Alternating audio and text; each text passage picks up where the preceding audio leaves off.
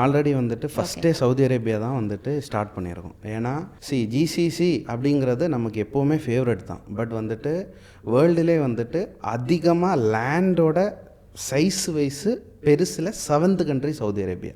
அதுவும் நீங்கள் 70% of the population 35 below ஆவரேஜில் இருக்காங்க. இந்தியாவும் கிட்டத்தட்ட அதே மாதிரி தான். 60% ஆஃப் தி பாப்புலேஷன் வந்துட்டு லெஸ் தேன் வந்துட்டு யங்ஸ்டர்ஸாக இருக்காங்க.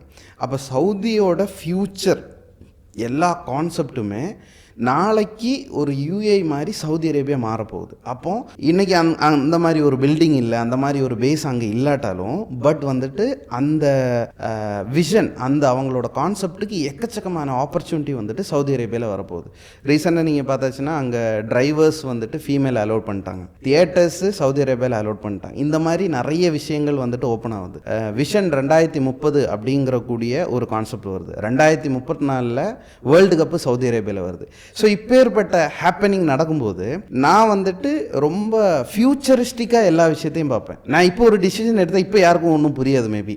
ஆனால் நான் பார்க்குறது ஒரு 5 வருஷம் அப்பார்ட் ஃப்ரம். அப்போ எனக்கு துபாயிலையும் பேஸ் இருக்கணும், சவுதி அரேபியாவும் கனெக்ட் பண்ணணும்.